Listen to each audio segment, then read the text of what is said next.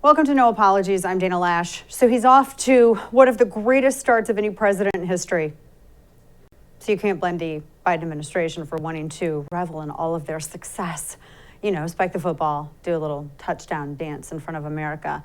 Now, I know that the spontaneous chants of Let's Go Brandon that have been breaking out across America and the lowest poll numbers of any president in history at this point in their first term would suggest otherwise. But you better believe the Biden administration is on a winning streak. Yeah. So naturally, someone thought that they ought to do what anyone would do when they're totally crushing it and up by 50 points. Right. It's time for a little back patting and butt slapping. And if you want some of that, you just dial up state media or the Communist News Network and you get the president on a town hall for some softball questions from a completely unbiased journalist from a non-biased network. Now, that's what happened last night. And so what unfolded, folks, it was Biden at the top of his presidential game. He was sharper than a Ginsu knife. It was awe-inspiring for our country. So what I want to do is run you through some of the highlights that let you know just how America is in steady and sure hands. First, let's talk about those hands. Some have called it the jetpack stance. Others feel that Joe was playing homage to Cornholio from Beavis and Butthead, and others are still trying to figure out what in all Ricky Bobby hell was happening here, but whatever it was a mesmerizing moment. Maybe Joe had his fist up because he thought Anderson Cooper was Corn Pop back for some revenge. We really don't know, but it only got better from there. There wasn't a teed up question. Nothing was sent ahead of the time to the Biden White House that Joe did knock out of the park. Now here's the president on what he's going to do about runaway gas prices. Watch. I don't have a near-term answer. It's going to be hard. It's going to be hard. There's a possibility to be able to bring it down. Depends on a little bit on Saudi Arabia and a few other things that are in the offing. Don't you feel assured? The president says he does not have an answer at all on rising energy prices. And that's exactly the right answer. Because the correct answer couldn't be allowing the Keystone Pipeline, a pipeline that would have allowed America, would have helped to be a little bit energy independent and add some more of that fuel to the worldwide supply, which meant other NATO nations wouldn't have to be as reliant upon Russia to actually be completed. No, that is not, ladies and gentlemen, the answer to our energy problems. The answer to skyrocketing prices of, like for a gallon of gas, couldn't be to allow the renewal of oil leases on federal lands. Nope. The answer is to actually depend on Saudi Arabia for our energy needs, to sell us energy at a lower price, out of the goodness of their heart, of course. Well, actually, the one thing that's making everything more expensive is the labor shortage directly caused by the Biden administration that has paid people to sit at home, and many have decided to stay at home after they were paid to sit at home. And that's not a bad thing. It's a good thing. It's a good thing because for the first time ever, it means that employees can actually bargain with employers. That's never happened before. The power to negotiate, all brought to you by Joe Biden. Watch. So what you see is wages are actually up for those who are working. Because for the first time in a long time, employees are able to bargain. You're the boss? You want me to work for you? What are you going to pay me? How are you going to do it? I'm not being facetious. He knows what that word means. Oh. Yes, Joe Biden has finally given Americans the ability to negotiate with their employers for higher pay. I mean, of course, due to inflation, real wages are actually down in the Bureau of Economic Statistics. They actually show that inflation's outpacing wage growth, but whatever. Facts. And sure enough, Anderson Cooper pointed this out. I mean, I'm kidding. Of course he didn't. He didn't point it out. That's adorable. You believe me? He didn't point it out at all. Now, another thing adding to the labor shortage is the unnecessary and authoritarian decision to mandate vaccines by the Biden administration with zero exemptions. No exemptions at all whatsoever. So millions of good, hardworking Americans are going to lose their livelihoods. The president could not wait to talk about this monumental achievement because putting a gun to people's heads and threatening their livelihoods has been so successful. Who cares if it's immoral and un-American? Watch. As many as 1 in 3 emergency responders in some cities like Chicago, Los Angeles, right here in Baltimore, are refusing to comply with city vaccine mandates. I'm wondering where you stand on that. Should police officers, emergency responders, be mandated to get vaccines? And if not, should they be stay at home or let go? Yes and yes. I waited until July to talk about mandating because I tried everything else possible. The mandates are working. The two things that concern me, one are those who just try to make this a political issue. Freedom. I have the freedom to kill you with my COVID. No, I mean, come on. Freedom. Yeah. First responders, nurses, and doctors who worked tirelessly through the pandemic, they should lose their jobs during a pandemic still, says the president. And notice the adoring town hall crowd whose very lives depend on first responders foolishly roaring its approval over firing said first responders. But like the president said, he and Democrat leaders tried everything else to get these evil, selfish people to obey. Free Shake Shack fries, vaccine lotteries, shaming and blaming millions of unvaccinated people for the entirety of the pandemic. But that didn't work. So he tried every Democrat's favorite tool, government coercion. And guess what? It worked. It turns out when you tell people that they won't be able to feed their families and their entire careers will be destroyed, well, most of them obey, but not everybody. So why didn't the president think of this sooner? And the president also wants you to stop bringing up your stupid freedom already. You're not free to kill people, he reminded us. No, but the government is free to force you to go through mRNA technology and have an injection, a solution put inside of your body against your will, even if you've already had the virus and have natural immunity, because this is not about natural immunity, it's about control. And if an adverse reaction happens, sucks to be you. And there's no recourse. You have companies like Pfizer, they can't be sued. And freedom to control your body? Did you think this was America? No, this is the United States of Equity, brought to you by Build Back Better Biden. Golly, it's a lot of B's. Speaking of equity, know who wasn't equitable? The white founder dude who wrote "All men were created equal." The slave owner, Thomas Jefferson. So Anderson Cooper asked the president what he thought about New York taking his statue down. Now, as usual, the president was so on point with his answer. Watch. New York City is removing a statue of Thomas Jefferson from its legislative chamber because of Jefferson's history as a slaveholder. Do you support that decision? Well, I think that's up to the locality to decide what they want to do on that. He doesn't have an opinion about tearing down Thomas Jefferson's statue? Our president really has no opinion about it? It's a local decision, he says. I mean, after all, Jefferson is just, the founder and author of the Declaration of Independence and contributor to the principles of our country of equality before the law. I mean, it's okay. It's only the most revolutionary and greatest aspiration ever put on papers by any government in history. But how can Biden remember such things when the president can't even remember one of our biggest shipping ports that's at the center of a supply chain crisis?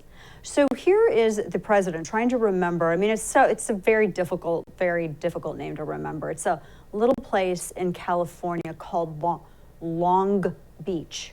Yeah, watch. With 40% of all products coming into the United States of America on the West Coast go through Los Angeles and what am I doing here? Is it Long Beach? Long Beach, thank you. What am I doing here? The president asked, apparently disoriented, like the rest of the nation. Tuck that one away, Mr. President, because that could be the slogan for your re-election campaign. In any case, the National Guard will solve our supply chain crisis, Biden said. I mean, that's why the National Guard was created in the first place, right? Of course, to get furniture and drapery to Home Depot, duh. Not to do things like, protect any kind of incursion or invasions happening at any border of the United States. By the way, speaking of the southern border, the president let everyone know at the town hall that he hasn't been down there in ever? A long time. Apparently 15,000 Haitians camped under a bridge in Del Rio, and that wasn't urgent enough to prompt the White House to have the president put it on his calendar. Watch. Do you have plans to visit the southern border? I've been there before, and I haven't. I mean, I know it well. I guess I should go down, but the whole point of it is I haven't had a whole hell of a lot of time to get down. I've been spending time going around looking at the $900 billion worth of damage done by hurricanes and floods and weather and traveling around the world. Yeah, he's never at his home in Delaware, ever. The president hasn't had time to get down to the border, he says. But he has been actually at his home in Delaware for 70 days in the first 9 months of his term. And don't forget the Labor Day weekend where he was at his beach house. Yeah. Maybe he could tour it while he sits in his set across from the White House. Besides, like the borders are, Kamala Harris said, he's been to the border before. He knows where it's at. It's down there. Just not lately during the full-scale crisis that we're seeing here at the southern border of the United States. Besides, the president has been busy looking at hurricane damage caused by the true threat to America, white supremacy. Actually, global warming. There's a lot of threats. Speaking of threats, you know another threat that he's concerned about? The threat to our most cherished American value, equity. That's right. See, the rich are not paying any tax. They're soulless evil cretins. And the poor, who have no money at all whatsoever, they pay all of the taxes. Oh, wait, no, actually the poorest 61% of America doesn't pay any federal tax. Okay, but forget that. Facts. The president was really feeling his oats, and sometimes you just have to dance like no one's watching. Let the false facts fly. The president even pulled out his patented creepy whisper for this one. Now, sidebar to this really quickly. This is a little scary. I don't know if you're scared of movies like The Taking of Deborah Logan or The Visit, in which two children go and visit their grandparents for the weekend and they find out that their grandparents are monsters. And I'm not going to spoil anything, so no spoiler alerts needed. But it felt like I was transported to a scene from that film. This is a moment that America won't soon forget. Watch. Don't pay a cent. Don't pay a cent. That's the white supremacy sign. You know what, though? Even the president isn't perfect. I know it's so hard to believe after what he has accomplished so far that he has some imperfections. And that's why the president decided to talk about how great it was when people admit that they're wrong. Like Colin Powell, who recently passed away. Here's what the president had to say about that. Watch. He had enormous integrity. They knew that. But he's one of the few serious players I've dealt with over these years. When he made a mistake, he acknowledges it. He said, I was wrong about That's rare these days. No, it's rare. It's been rare. It's rare in human nature. For someone in a powerful position to say they are wrong. They are wrong. I made a mistake. That's a hard thing to do. And I've had to do it about a half a dozen times lately. Do you remember any apologies from the president so far? I remember when 13 U.S. service members were killed because of poor planning by the Biden administration in Afghanistan. I remember Biden talking about the loss of his own son, his grown son, to mothers and fathers who lost their sons and daughters much younger than his son in Kabul, rather than simply offering his condolences humbly. And I don't remember a single apology for the disaster withdrawal in Afghanistan. Do you? I do remember the president telling us that the deadly and disastrous exit was in fact a huge success. In fact, just like the CNN town hall yesterday, all the president ever does is tell us what a great job that he's done and how wages are up and black is white and up is down. I don't recall a single apology from the president to anybody, not the millions that he caused to lose their jobs thanks to these injection mandates. There's been no apology to the 100 million people that he blamed the pandemic on, the pandemic of the unvaccinated, even though the CDC, Rochelle Walensky, has said that there's actually no guarantee that even if you're vaccinated, you're still going to actually transmit the virus. And there have been so many breakthrough cases and hospitalizations and fatalities with vaccinated. And there's no apology for helping to create a labor shortage, runaway inflation, and making it incredibly hard for families to get Christmas presents for their kids, to say nothing of the medicine and the medical supplies and food, and can't forget those treadmills. None of this is worthy of an apology, apparently, from the president. Because, guys, this is what success looks like, according to the Biden administration. Things in America are right on track, even if the delivery of your stupid treadmill isn't. So if anything, you should be thankful to the president. At least now you have the power to negotiate with your employers for the first time ever. And best of all, there's a president who's willing to, without any remorse, really stick it to millions of parents, the working class, and first responders who won't do what they're told. Well done, Mr. President. That was one heck of a town hall performance. So coming up, a new campaign is educating the public on the horrific reality of abortion on demand. Lila Rose, founder and president of Live Action, joins me next to explain. And of course, SCOTUS is going to be hearing some of these cases, a landmark case coming up in December. Stay with us. The Social Security Administration's computer servers are 45 years old. Computer servers at Health and Human Services are 50. Maybe that's how cyber criminals hack the U.S. Census Bureau's computers, where everything about you is stored. The threat of some cyber thief stealing your credit card isn't your biggest risk. Your massive risk is that they can take over ownership of your home. It's called home title theft, and the FBI calls it one of the fastest growing crimes. Cyber criminals can simply hack into vulnerable government, bank, or mortgage company servers where copies of your home's title are stored. They forge your signature stating that you sold your home to them and then borrow on your home and leave you in debt. You won't know until collection notices show up. Protect your most valuable asset and visit HometitleLock.com to register your address to see if you could potentially be a victim, and use promo code radio for 30 free days of protection. That's HometitleLock.com, promo code radio.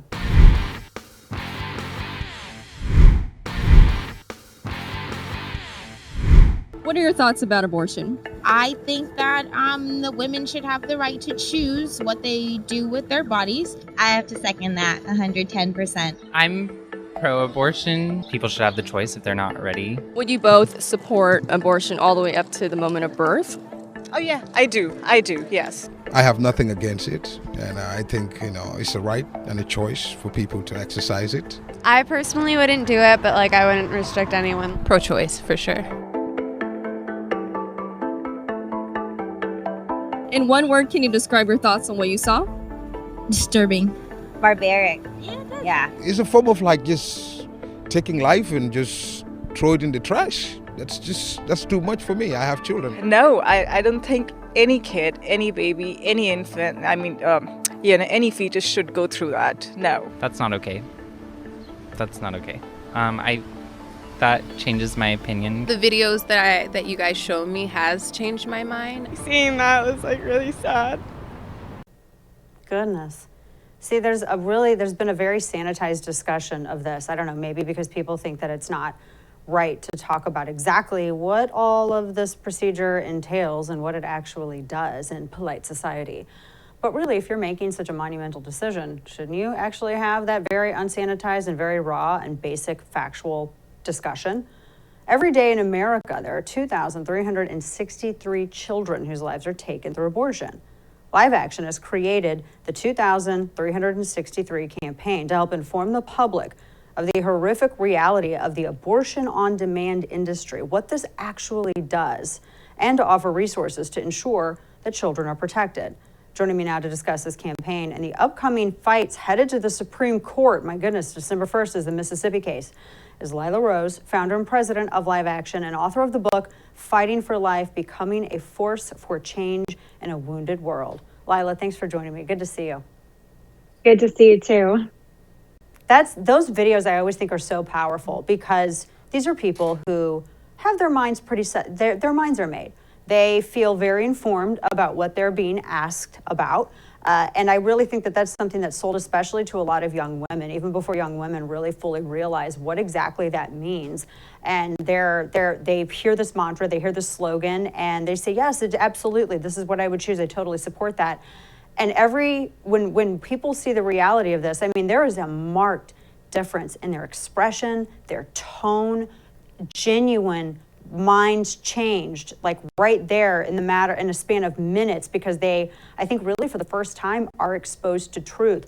Why has it, Lila, do you think, taken so long for us to have these very frank discussions as to what exactly this procedure entails and really showcasing that to people? Is it because we thought that maybe it was, maybe not for the lack of a better way to put it, not for polite society, and we had to be, mind our P's and Q's?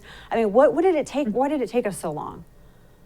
Well, I think there's two things. I think the first, you're absolutely right. Abortion, no one wants to talk about it. And if it's ever talked about by, mainstream media or academia, it's from this lens of supposed women's rights, when it's really the taking of an innocent life, and it doesn't advance women, it hurts women. But the other part of it is it takes a willingness to believe that people can change. People do change their minds on abortion all the time if they have correct information. And so that's Live Action's big push behind these videos, behind the 2363 campaign, is the understanding that the truth sets minds free. And when people see the humanity of the preborn child, when they get to actually understand what abortion does to that baby, how it is the suctioning apart of that child, that newly developing child, how it's the tearing off limbs from torso. I mean, really horrific, barbaric procedures. When they learn about these procedures, minds change. And we're so thrilled when we release this content, and we just started the campaign this week. We can tell, we test it, we research it. We've been doing this for now over a decade, determining how do we actually really educate people to get them to move on this issue. And we found that 62% of people who watch this content, they see abortion more negatively. It's like the light bulb goes on. And then 10% of the hardcore pro-abortion folks move to pro-life, move to wanting to support legal protection for the preborn. So it's amazing to see that public opinion shifts can happen. They do happen if we have the willpower to take it out into the public square, have the hard conversations, and do the educational work. And you've been doing such a great job at this. And I really think that there's a whole generation of young women, particularly young men as well, but young women who now realize what this means. And there's been a lot of discussion, Lila, about the next generation, whether it's millennials or Gen Z, particularly Gen Z, that are a little bit more in terms of conservative of life on this issue.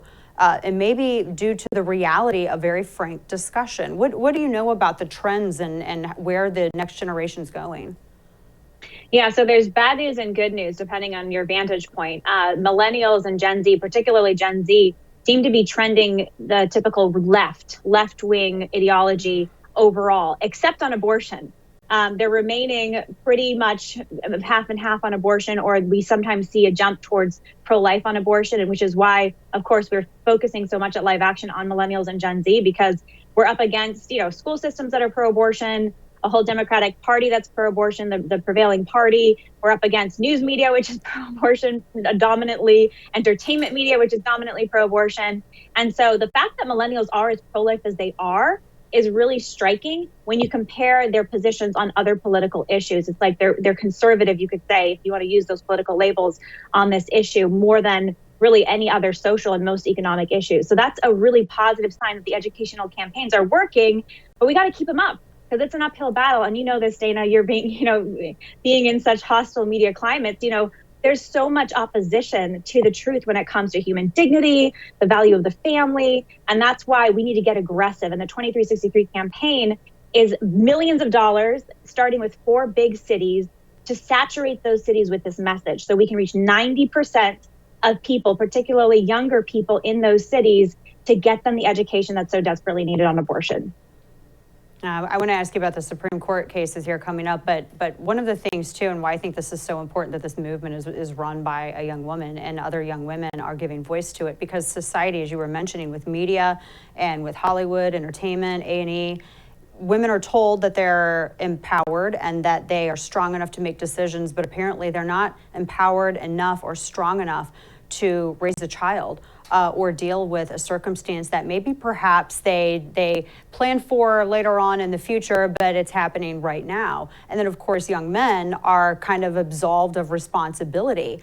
I think it's really done so much damage to women's self-esteem and confidence and security overall.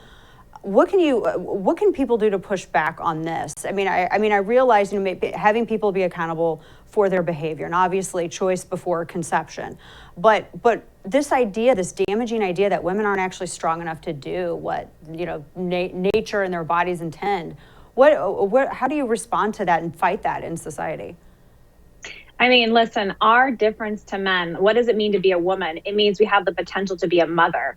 And that's usually biological, or it's like a spiritual, mentorship motherhood. There's all kinds of ways that lives out to attack the core of the essence of the feminine, to say that your motherhood is a curse, it's a burden, it's not a blessing, to say your pregnancy is a burden, it's not a blessing. That's what society has done with the abortion industry. It's taken this horrifically negative view of children, of motherhood, of women, and they've packaged it, as you said, Dana, as empowerment. They've packaged it as this is the pathway to women's advancement, that you have the right to crush your children while you try to pursue success.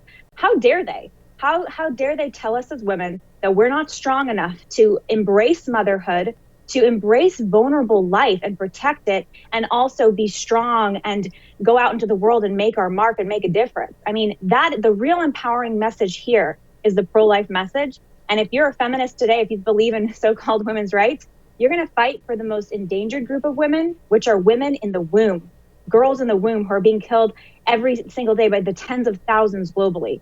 So that is the ultimate message of the pro-life movement. It is empowerment of women, and it's true equality for all people, as seeing them all as equal under the law. They all deserve human rights. Amen to that. All right, so Lila, big cases coming up before Supreme Court, December 1st, the Mississippi case, and a lot of people have been fighting over, of course, the Texas 6-week law as well. What are you anticipating with the courts? It's been kind of difficult to predict where the court is going to go, and I know some people have been disappointed at the slow kind of response and action that they've seen. What are you thinking is going to happen come December? How do you anticipate this going? Yeah, I mean, it is hard. How do you get into the minds of 9 justices who are supposed to be tight-lipped anyways on this? But we know that we have 5 justices on the court who have indicated that they are in support of constitutional basic human rights, which include, under the 14th Amendment, the right to equal protection under the law for all people. That's what the 14th Amendment says. And it says that no state shall deprive the right to life, the right to live, without any due process. Well, preborn children shouldn't be deprived the right to live. States are sanctioning abortionists to kill children for profit. That violates the 14th Amendment. So I'm hopeful, very hopeful, as the pro-life movement is right now, that with the 5 sort of originalist justices that seem to care about the Constitution, you could call them more conservative, that they will be intellectually honest, and that they'll take this Dobbs v. Jackson case, Mississippi trying to ban abortion at 15 weeks, and they will uphold it's actually the job of the state to protect the rights of their citizens. And so I'm hopeful that when December 1st comes and goes and the ruling is decided next year, that there will be a big blow to Roe v. Wade and the unjust, illogical precedent of Supreme Court cases to date. That will be a big pro-life victory. That would be a very nice Christmas gift, I think, considering that this all starts December 1st. Lila Rose with Live Action. Thank you so much for all you do and for your advocacy and voice on behalf of life. Good to see you. Thank you. All right, folks, coming up, will America defend Taiwan against China? This was a question that came up last night at the CNN Biden Townhall. And the president said yes, but then within hours, the White House walked it back. So, world news analyst Brandon Weichert joins me next to discuss. Keep it here. Thanks to Biden's economic policies, job numbers have been abysmal. Inflation is skyrocketing. And instead of following the previous president's pro-business agenda that had the economy booming, the current president wants to tax corporations and pass trillion-dollar bills that we cannot pay for. So you should be proactive and take steps to protect your wealth and your retirement by investing in gold and precious metals. Legacy Precious Metals can help you. Washington will print money to pay for their outrageous bills, but that just devalues your dollar. Gold offers a hedge against inflation, and as the dollar gets weaker, gold gets stronger. The folks at Legacy Precious Metals are the gold standard when it comes to investing in precious metals. And they have a team of experts who can counsel you on the best options for you and your family. So don't leave your retirement to chance. Call Legacy Precious Metals at 866-580-2088 or visit them online to download their free investor's guide full of useful information at legacypminvestments.com.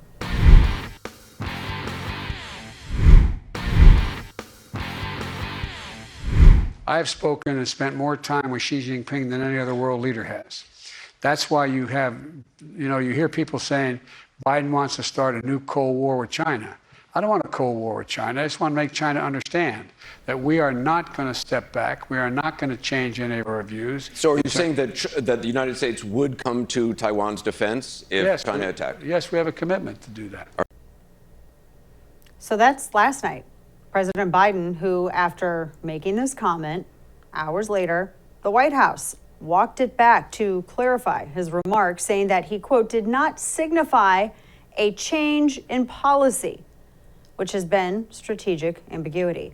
Brandon Weichert, who is world news analyst and author of Winning Space, How America Remains a Superpower, which is a fascinating topic, joins me now to discuss. Brandon, good to see you. Thank you so much for joining me. This was odd because I don't ever remember whether Republican or Democrat, quite frankly, especially in the very important issue of foreign policy, the president making a statement like this, and then just like within, the hour, here you have through Reuters, the White House walking this back. I mean, that had to be kind of a shock to Taiwan. What was your reaction to that? And America does have at least some legal commitment to Taiwan. Well, thanks for having me. And I have whiplash from the amount of walkbacks that this administration has had to do on a series of very important issues. You're right. I'm sure in Taiwan, they're scratching their head. And as for the legal obligation, yes, with the Taiwan Relations Act passed in 1979, we do have an obligation to Taiwan. However, that law has been written in such a way, as I wrote recently at Real Clear World, that gives American leaders basically an out if they really don't want to risk a war with China over Taiwan. And I think it's fair to say that whatever Mr. Biden is saying to Anderson Cooper in that clip, the actions of the Biden administration across the world have been, shall we say, half-hearted and certainly confusing, not just to Taiwan, but I'm sure in Beijing as well. They're trying to figure out, I don't really know what that means. And ultimately, we've relied on this strategic ambiguity policy for so long, we seem to forget that while we can kind of focus on other parts of the world and get distracted, China is right next door to Taiwan. China views Taiwan the way that the Americans viewed the South in the Civil War, the North viewed the South. They're not going to just let it leave and be independent. So while we're, frittering about the place, China's building up a war machine that is explicitly primed for taking back Taiwan, and they no longer think we're serious about defending Taiwan, and I don't think we are under President Biden. And it also, to me, signals a huge departure from more of the old school Democrats. Even Democrats in the 90s, I think, viewed differently than what the White House, their clarification, which I thought was weird that they said that they were clarifying. That wasn't a clarify. That was a complete 180. That was a completely different answer. And for the first time, I actually gave a lot of credence to who's actually running the White House, because it doesn't seem like it's the president. That was stark. That was a huge change in their party. Do you agree? I do think that the Biden administration, yes, has certainly, they try to talk tough, but then when it comes time to put up or shut up, it seems like they're constantly standing down. So, yeah, I do think it's a departure, but ultimately we know John Kerry and Susan Rice have a lot of influence behind the scenes on this administration, and both Mr. Kerry and Mrs. Rice, they want to take a more dovish approach to China. And while Biden did come out kind of strong against China initially when he was elected, over the last 6 months, I think the Kurt Campbell hawk side have been sidelined slowly and replaced by this dovish John Kerry, Susan Rice, who want to get a deal with the Chinese on the environment. And we know that the Biden administration will do whatever it takes, abandon any ally to get a deal with China on what they perceive to be a grave threat from global warming. Ultimately, I don't think any deal we get with China will do anything other than give the store to China. But I do think that Taiwan may end up being a sacrificial lamb to China in the long run. Brandon, this is what really blows my mind, because first off, that anybody would have John Kerry advising them on anything. But secondly, the idea, and it seems to be what the administration is suggesting, that the theory of climate change and global warming, there's no scientific consensus, there's arguments either side, that this is somehow more dangerous than the threat that communist China has been posing. And then to that, they further confound the issue because all of their policies further enrich communist China empower communist China. I guess we think that because we would outsource the manufacturing of the batteries and the rare earth mineral gathering from lithium and the copper mines, et cetera, from the communist Chinese, that there's an invisible wall in the Pacific that prevents the pollution from counting here in the United States. It doesn't make any sense to me. So doesn't that undermine their stated objective by giving that kind of power to the biggest polluter in the world? Yeah, I think that ultimately the Democrats are completely lost. They're completely adrift. We see this also in domestic policy with the infrastructure bill. They can't even get their own party to agree. So they are very much leaderless and rudderless. And I do think that it's kind of ridiculous. If you do believe in global warming, you have to admit that the biggest polluter is not the United States, it's China. And any deal that we do with China is not going to end the threat, so-called, of global warming. What it's going to do is give China a way to get ahead of the Americans yet again. That's all our deals with China do. And so whether it's giving up Taiwan to get some great big deal, or it's just giving them in China economic leverage over us, as we've done for 40 years, we're going to do it under the Biden administration. Remember, Joe Biden is the man, when he was a senator, who shepherded China's admission into the World Trade Organization, into a primary trading partner for the United States. Joe Biden was part of the consensus in the 70s when he was in the Senate, who made sure that we stopped recognizing Taiwan as an independent country or as the official government of China, and instead said that we would recognize Beijing, the one China policy, where Taiwan would not be an independent country. We would recognize its government as an independent entity, but it was not totally separated from China. And that's created this confusion for 40 years now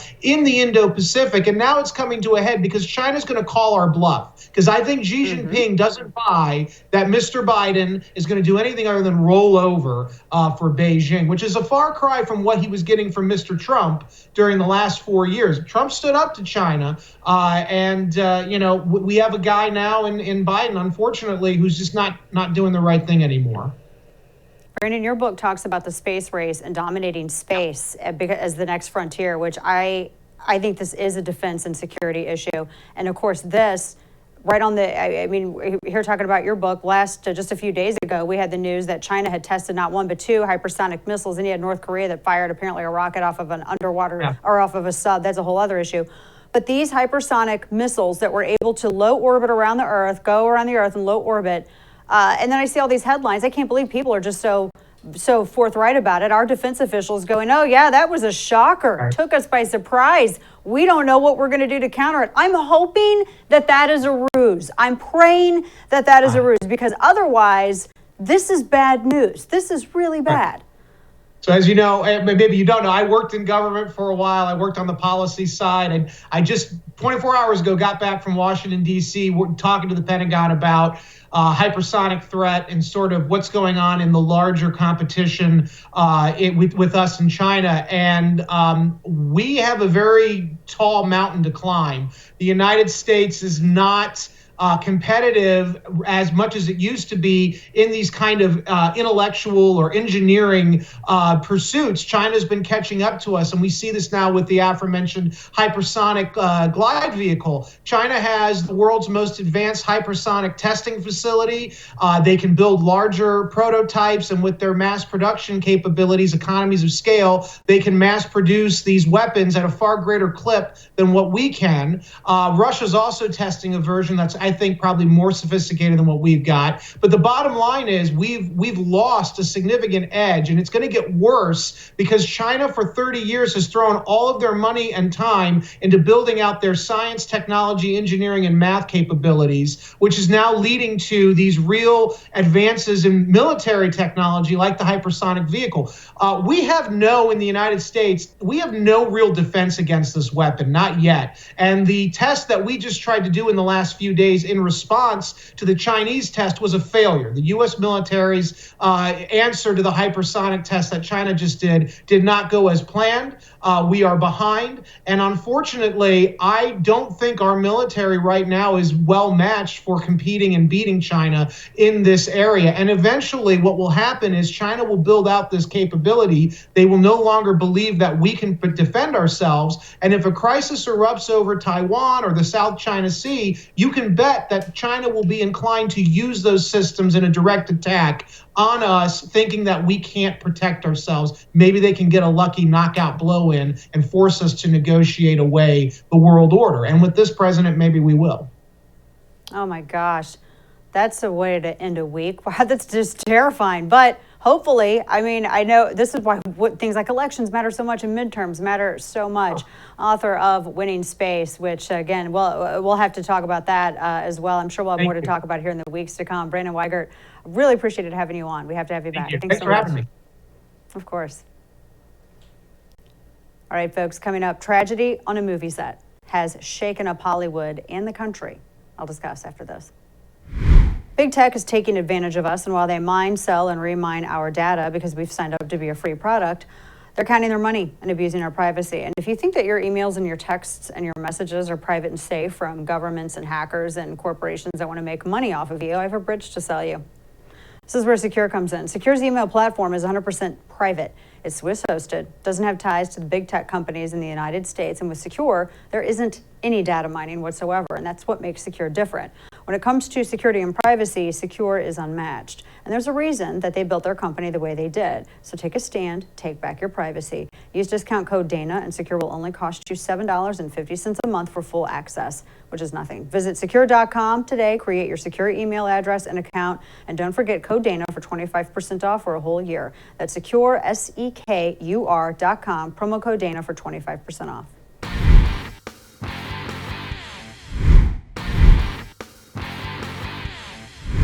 So I stupidly checked Twitter last night before going to bed. I was wondering why people were texting me about looking at Twitter. And then when I went to Twitter, I was wondering why people were retweeting this hateful remark, one of several from Alec Baldwin in the past, into my timeline now. It's a tweet from 2018, and you can read it here. It was after Parkland, and it says, I see that D. Lash wants to take back the truth, and she doesn't care how many dead bodies she has to step over in that pursuit. And then, of course, he was saying the Second Amendment is not a moral credit.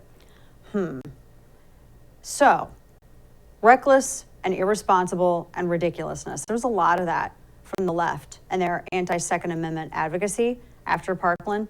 And it, to me, and I think a lot of other people, it proved that their goals were more about hurting people who supported self-defense rather than saving people from losing their lives at the hands of criminals. And Baldwin was one of those ridiculous people who repeatedly made some of the worst remarks to yours truly and other people. The media have been mostly careful with the wording of the tragedy that took place, but essentially it's this. Last night, it was reported on the set of his latest film, Rust, which is a Western, that Baldwin accidentally shot and killed the director of photography, Helena Hutchins, and injured the film's writer and director, Joel Souza, with a weapon that was actually had a live round in it on set. People say it's a prop gun. I know that that's the parlance of our times when we're talking about firearms on set. There's not really such a thing as a prop gun, but that's the language that's used. So a union that covers prop masters like licensed armorers sent an email to its members this morning, that said, quote, a single live round was accidentally fired on set by the principal actor, end quote. So as the producer and the lead on set and handler of the firearm, you absolutely bear the responsibility of checking your firearm regardless who hands it to you. Now, according to one of the prop masters union and one of their local unions, as well as local law enforcement, the firearm had been chambered with a live round, so it wasn't a blank. There was a lot of speculation and questions about that in the beginning. And like I said, the prop gun thing is just easy phraseology. Now, that being said, one of the things that I've seen that I hate are these comments that about Baldwin getting karma or he deserved it. Helena Hutchins' life isn't a gotcha for Baldwin or Joel Souza's injuries. What happened? Really, this is a safety issue more so than a Second Amendment issue. And I'm not going to play the left's ghoulish game of exploiting tragedy to settle a score, no matter how much my lesser angel is mentally screaming for me to do opposite. Innocent lives matter more than political grandstanding. I don't think that this is a result of malice on Baldwin's part. I don't know what happened with the firearm. I don't know how a live round got in there. I know that in many instances, accidents are called accidents because they're accidents. But I will say this, because I've seen this all over cable news. For people blaming the prop master or the licensed weapons specialist, AKA armorer, solely, no, it is not the armorer's sole responsibility. This is basic firearms 101. And maybe, by the way, if people had screamed at me less when we were trying to educate people about proper knowledge and handling of firearms, we would have this knowledge that would be well known. Basic firearm safety 101. Know what you're handling, because you take responsibility for where your barrel is pointed. Or if you can't do that, don't handle a firearm in film or offset, especially if you're the executive producer and lead talent on set. No one's level of celebrity absolves them of this responsibility, nor does it justify any kind of recklessness. I would not set foot on a range with anyone who believed that they are not responsible for what happens when they are in control of a firearm. This is why we say in firearm etiquette, you treat every gun like it's loaded, because the person handling the gun is responsible for where the barrel points. Now, I don't know what Baldwin's feeling right now, but I would pretty much imagine, I mean, we've clearly had our differences, but he's probably in a really dark place, considering that a woman has lost her life, a child has lost his mother. And it doesn't make a damn bit of difference, probably, to his grief that it was an accident or it was, whatever the details were that led up to this. I'm not the left, right? So I do get angry when I'm expected to degrade, or other people are expected to degrade and copy the leftist ghoulish behavior and lack of sympathy and overall trashiness when faced with the decision as to whether or not to offer prayer or hate in the wake of tragedy. So no. It's kind of, think of it as a proof of life that the soul-sucking politics industry hasn't destroyed everybody's goodwill or overshadowed at least the reason why I do what I do. I figure a lot of people have the right to be angry at Baldwin's past words, perhaps few more than me, but the best advocacy for a cause is heart. There's a family that is missing a family member now. There is another man who's injured, and another man whose heart and conscience are injured right now. So join me in being human and saying a prayer for the Hutchins family, for Joel Souza, and for Alec Baldwin. That does it for us tonight. Thanks for tuning in. Good night, and don't bend the knee.